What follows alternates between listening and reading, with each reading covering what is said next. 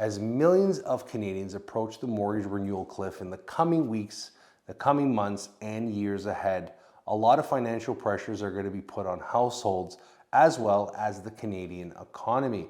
And we're starting to hear more about these higher interest rates for longer. And we're getting reports from CMHC, the Canadian Mortgage and Housing Corporation, regarding some of the statistical data and what's happening with lenders, insured, uninsured mortgages. And on this week's episode, we'll talk about a little bit of the delinquency rate, what's happening here, this two-sided story, as CMHC did release their residential mortgage industry report for fall 2023. And we're going to talk a little bit more about some of the options, some of the solutions that you as a Canadian with a mortgage can utilize or maybe plan for, especially if your mortgage is coming up for renewal. And this is very, very important. So welcome back. It's Friday, Finance Fridays, and I'm your host, Anthony with InTouch Mortgage Solutions.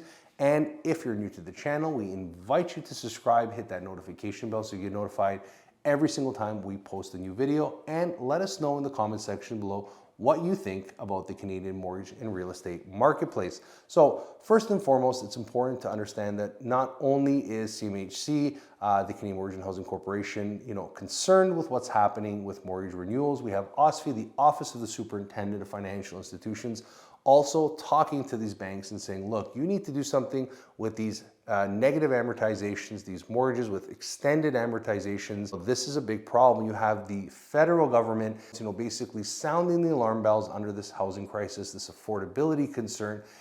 This is going to be the platform for the next election. And obviously this is a major hotspot. Many Canadians who are or have already renewed their mortgages are feeling these pressures. Now, obviously, it depends on your household finances. If you're making good money with small mortgage, obviously these changes are going to be, impactful. Maybe it's going to, divert some of your spending. But for some individuals who are paycheck to paycheck, some of them who might have lost their jobs or their economic situation had changed, these potential higher interest rates are definitely going to wreak some havoc. And that's what is coming out of one of the articles from CMHC talking about these higher interest rates and how it's going to be impactful on Canadians, especially when we think about $15 billion of mortgages that are going to be renewing in the next little while. This is really a big number.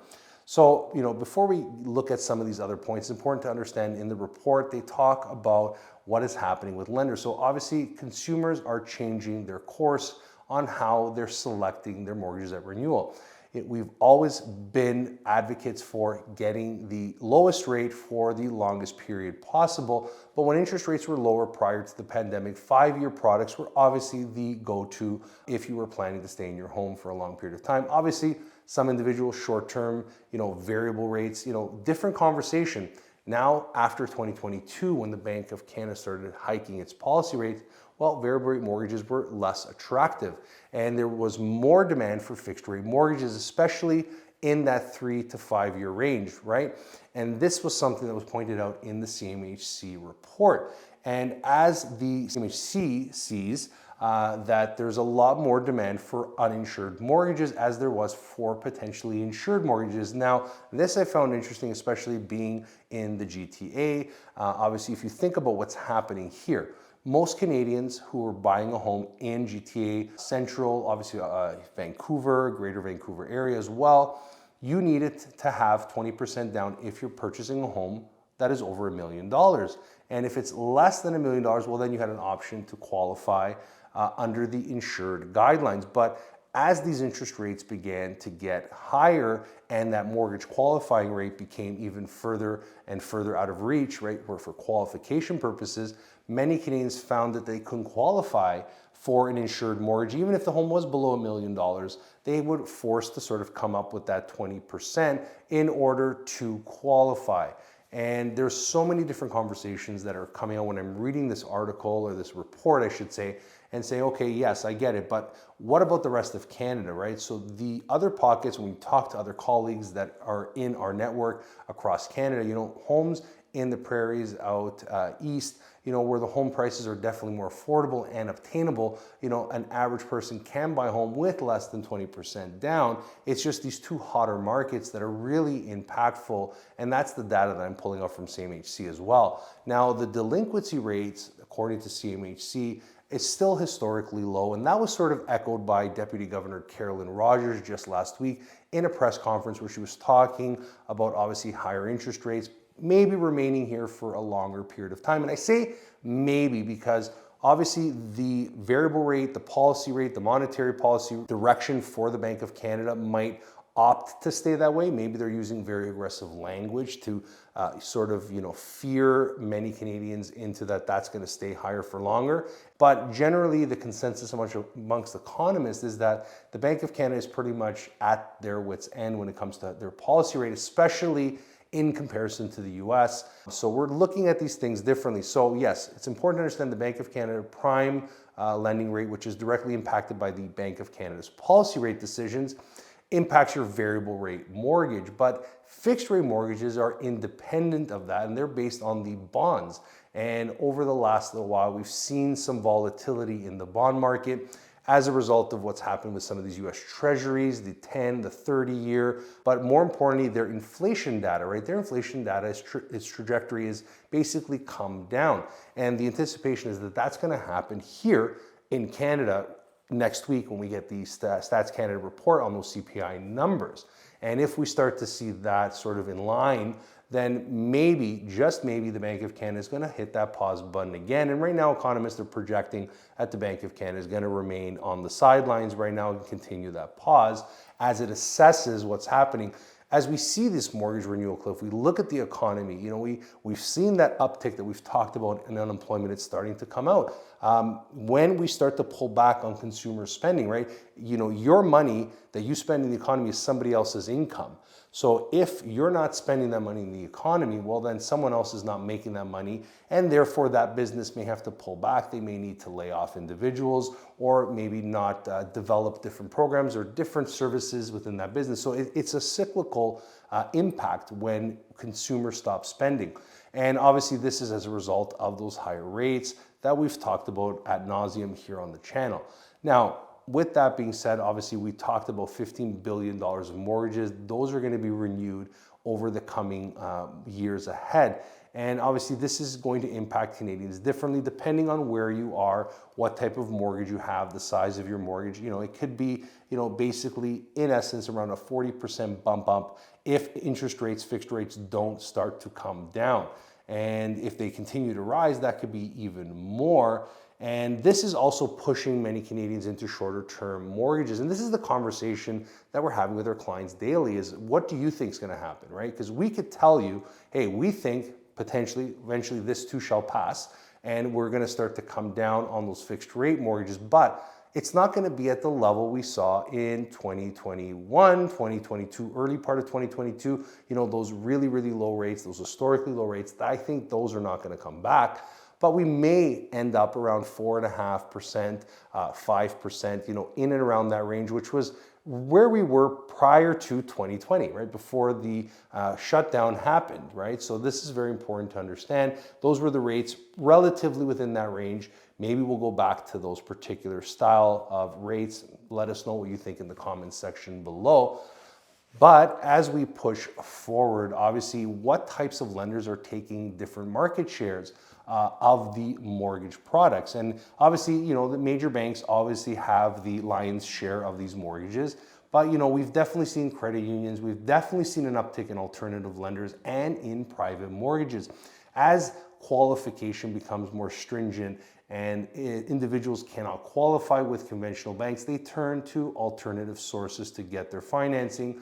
And during even the height of the real estate boom, many Canadians who really, wanted to get into the housing market, they weren't qualifying with a bank, even with the low rates, were turning to alternative lenders or private lenders to sort of get those financing arrangements done. So this is something that's really important to understand. And when we start to think about alternative lenders, it's important to understand, and lenders, they don't really like to say that they're B banks, right? But we classify them for simplicity, A, B, and C lenders, right? Because A is your conventional banks, your top tier. Then you have your B, which are your equity lenders. They work with blemish credit. They're a bank. They work with different income validation. Then you have your private lenders on the other end, which are very low income, a higher rate, more risk. it's important to see how Canadians are reacting, especially with renewals. Maybe they're not going to be able to refinance their mortgage. Maybe they'll be deselected from their bank because of their credit. Maybe they've shot their credit down and the bank can deselect them. We've seen it happening with certain lenders, right? If you don't meet their criteria, they'll say, hey, your mortgage is coming up for renewal. We no longer want your business. You need to go find an alternate option. So obviously these are so many different circumstances, but at the end of the day, if you're a Canadian who has a mortgage and it's approaching mortgage renewal and you're concerned with the options in front of you, I want to take an opportunity and go through some of the options that you can look at to help you stay in your home, renew your mortgage, and budget accordingly. So some of the available options that we'll go over very briefly are things like choosing a new mortgage for the terms that reduce the debt servicing cost. Such as longer amortizations, which are something that is very important to understand. So as you approach mortgage renewal, you have the option to renew your existing mortgage, just sign back, and obviously depending on your situation, if your income is the same, you're still employed, you have the option to shop around if you qualify. But if, let's say, something catastrophic happened and you're not able to qualify, you have the option to renew with your lender by signing back. But some clients are looking at it and saying, hey, I have to renew into a higher rate regardless.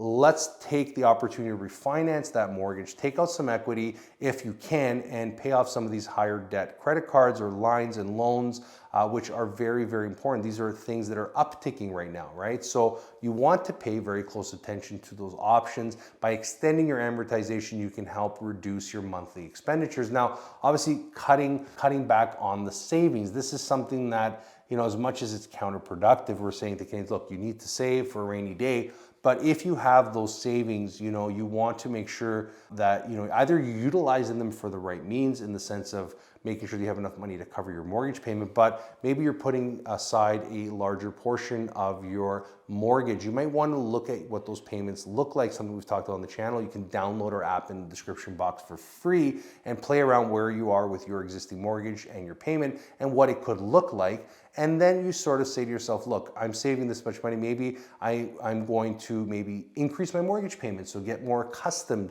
to a higher mortgage. And in a lower rate environment, if you have a lower rate mortgage, I should say, that money actually goes towards principal. So, and you also build yourself up in the position where you already know what your payment's gonna look like. So you can look at it that way. That's one thing we've advised to some of our clients. It seemed to be working out for them over the last 7 months. And reducing the consumption of non-essential goods and or services. This is something that many of us may find very difficult, right? How much do we order from Uber or skip the dishes? How many times we went out for those dinners? How elaborate are those dinners? Cutting back on those things, maybe doing things a little bit differently is one thing that's very, very important, especially if you're very concerned about what your mortgage will look like in the few months, years ahead. Start to change your pattern so that it doesn't become abrupt when your mortgage actually renews. You're already easing yourself into those potential changes. Delaying major purchases, this is a huge one. Obviously, many Canadians, you need a vehicle, you need appliances, especially if they break down, but sometimes you have to look at those overall costs. If you own your vehicle and you're not leasing or financing it, sometimes you're better off fixing the old clunker if you can, as opposed to getting into a new payment and potentially higher insurance costs, right? So you have to look at all these options, and especially with appliances, get some quotes on, if you can fix it, or just delay those things until you actually have the money to buy them. A lot of people finance furniture, a lot of people finance appliances, so you have to look at those costs. And then preemptively selling your home or property. If the writing is on the wall for you and your mortgage, right? If you know that, look, if I start to run the numbers on the mortgage app, that you can download it in the description box below, and you're like, wow, if interest rates don't change, we will not be able to afford the mortgage. Don't wait till the last minute to, get your home prepped for sale. Or talk to a mortgage professional, make sure, you've read those options, there's nothing else that you're missing, and see if that's the right option, right? You might be forced to sell, but sell under your own guidelines and your own terms rather than having the bank knocking on your door and missing mortgage payments, further damaging your credit. And finally, the last thing would be prioritizing mortgage payments over those for other, credit products and credit cards, for example, loans and lines of credits, right? This is something that's been very controversial. We've talked to clients about this.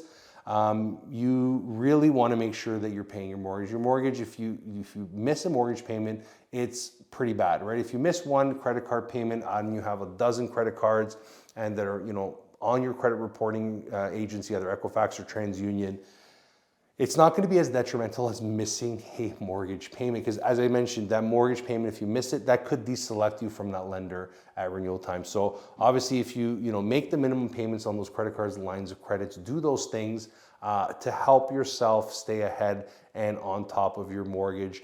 And this is something that, we always tell clients, if you're looking at these options, reach out to a mortgage professional, have a conversation with them. Before you potentially look at credit counseling or any of these other predatory lending structures, talk to a mortgage professional, especially if you have equity in your home. You might be able to figure something out that it's going to be more cost effective, because that is the major part of what's happening with the Bank of Canada. Obviously, we're looking at household debt. Debt to income is at around 171 or 172%. Crazy. They're looking at OSFI's looking at what's going to happen with Canadian debt. You have the government talking about, Canadians, more and more Canadians using food banks, their credit cards. All these things are mounting pressures on Canadians. Even though delinquency rates are low, many Canadians might be leaning on their credit cards to make that mortgage payment, to actually make it happen. And obviously that can only work for so long, right? So before you run out of credit, before you're no longer extended any more new credit. So always have a chat with a mortgage professional. I want to hear from you, our viewers. What do you think of, what do you make about this Canadian mortgage real estate market right now? Are we headed into some change? Are we going to see fixed rates come down? What could happen if interest rates drop, right? Will the housing market basically reignite if we see the Bank of Canada pause and fixed rate mortgages come down? Are we not going to learn a lesson here in Canada? Or are we going to learn a valuable lesson going out of this particular very different time here in Canada? But let us know in the comment sections below. We'll leave the video here, wishing everyone a wonderful Friday and an even better weekend ahead, and we'll see you again next week.